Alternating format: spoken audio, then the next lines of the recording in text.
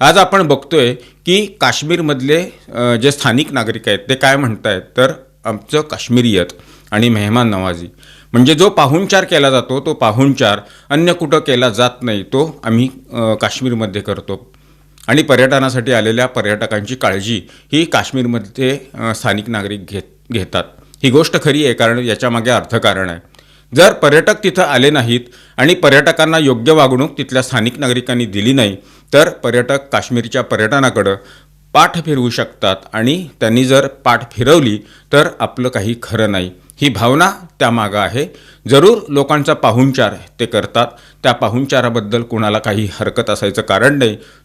ती चांगलीच गोष्ट आहे आणि ते केवळ काश्मीरमध्येच होतं असं नाही. हे भारताच्या विविधतेचं, एकात्मतेचं सगळ्यात मोठं लक्षण आहे. आज काश्मीरमध्येच नाही तर भारतातल्या कुठल्याही राज्यात तुम्ही गेलात, अगदी अनोळखी प्रदेशात तुम्ही गेलात आणि तिथं कुठली मदत स्थानिक लोकांना तुम्ही मागितली तर तुम्हाला तिथं मदत मिळणार नाही, असं होणारच नाही. तो हिंदुस्थानचा संस्कार आहे.